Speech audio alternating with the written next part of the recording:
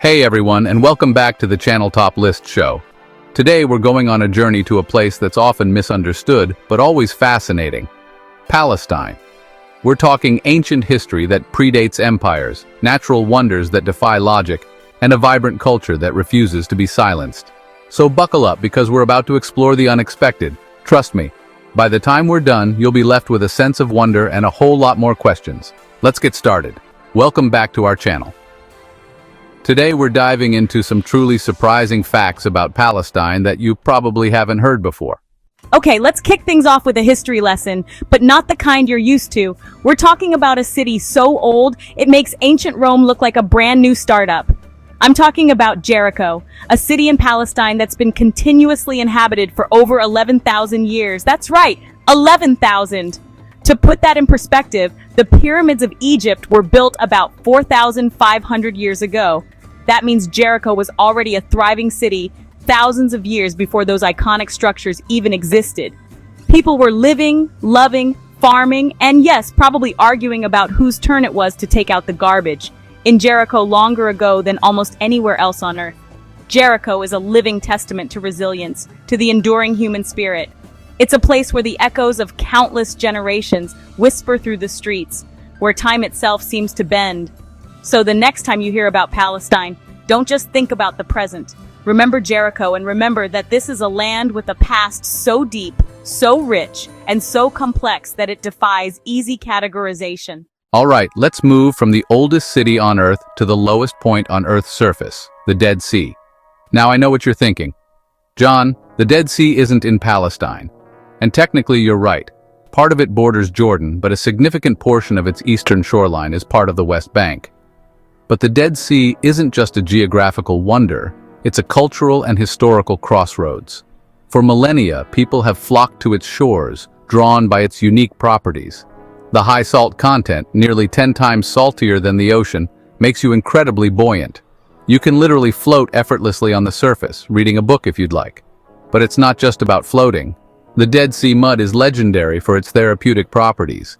People have been using it for centuries as a natural spa treatment. The Dead Sea is shrinking at an alarming rate, about 3 feet per year. The environmental challenges facing this region are real and they're urgent.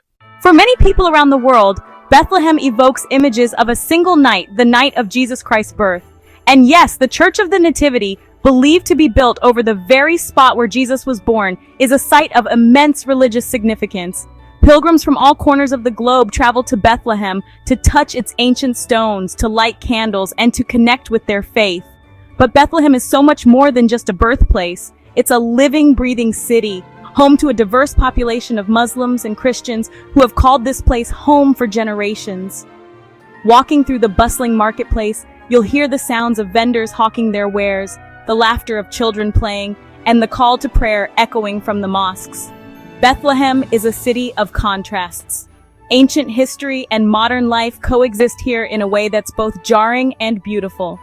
Bethlehem reminds us that history isn't just something that happened in the past, it's something that continues to shape the present. Okay, let's be honest, we all love a good food segment, right?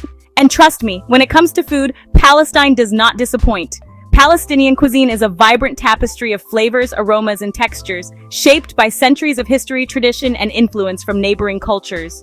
We're talking about dishes like maklouba, a fragrant, upside-down rice dish layered with meat or vegetables, cooked to perfection and flipped onto a platter, creating a feast for the eyes as well as the stomach. Then there's moussakhan, succulent roasted chicken baked with onions, sumac, and olive oil, served over taboon bread. And let's not forget about nafe, the queen of Palestinian desserts. This sweet, cheesy pastry, soaked in syrup and sprinkled with pistachios, is the perfect way to end any meal. But Palestinian food is about so much more than just the dishes themselves. It's about hospitality, about sharing a meal with loved ones, about gathering around a table and connecting over good food, and even better conversation. So if you ever get the chance to experience Palestinian food firsthand, do it. It's an experience that will tantalize your taste buds and nourish your soul. Now, I want to talk about a place that's often in the headlines but rarely understood, the Gaza Strip. This tiny coastal enclave, home to over 2 million Palestinians, faces challenges unlike almost anywhere else in the world. Gaza is one of the most densely populated areas on Earth, with a population density comparable to major cities like Mumbai and Dhaka. But unlike those cities, Gaza faces severe restrictions on movement and access to resources. The ongoing blockade and repeated conflicts have taken a devastating toll on the people of Gaza. They face chronic shortages of electricity, clean water, and essential supplies. But amidst these immense challenges, the people of Gaza continue to exhibit remarkable resilience. You'll find artists creating stunning works of art from rubble, musicians sharing their music with the world, and young people using technology to connect with others and amplify their voices. Gaza is a stark reminder that we cannot turn a blind eye to human suffering. Let's talk about art for a moment, but not just any art. I'm talking about Tatreez, the traditional Palestinian embroidery that's so much more than just pretty patterns. Tatreez is a language, a way of telling stories, preserving history, and expressing identity, all through the intricate use of needle and thread. For generations, Palestinian women have been gathering, often in courtyards or under the shade of olive trees, their needles flying across the fabric, creating these stunningly intricate designs. Each region of Palestine has its own unique motifs and patterns, often inspired by nature, architecture, or even historical events. These aren't just decorative elements. They're coded messages, symbols of resistance, resilience, and hope. Today, Tatreez is experiencing a resurgence, with young Palestinian artists and designers incorporating these traditional motifs into modern fashion, accessories, and home decor. So the next time you see a piece of Palestinian embroidery, take a moment to appreciate the skill, the artistry, and the stories woven into every stitch. Now I want to address a topic that's impossible to ignore when discussing Palestine: the separation barrier, often referred to as the separation wall. This imposing structure, made of concrete, steel, and barbed wire, cuts through the West Bank, separating Palestinian communities from each other and from their land. The barrier's existence is highly controversial, with its construction being condemned by the International Court of Justice. It's a physical manifestation of the ongoing Israeli-Palestinian conflict, a stark reminder of the divisions that exist and the challenges that need to be overcome. The barrier's impact on the lives of Palestinians is undeniable. It restricts movement, separates families, and disrupts daily life. It also cuts through Palestinian farmland, separating farmers from their olive groves and disrupting their livelihoods. It's a reminder that the path to peace is long and arduous, but that it's a path we must continue to pursue. Let's shift gears for a moment and talk about trees. But not just any trees. I'm talking about olive trees, the iconic symbol of Palestine. These ancient trees, some of them hundreds of years old, dot the landscape, their gnarled trunks and silvery leaves a testament to their resilience. For generations, Palestinian families have relied on olive trees for their livelihoods. Olive oil is a staple of Palestinian cuisine, and the olive harvest is a time of community and celebration. But olive trees are more than just a source of food and income.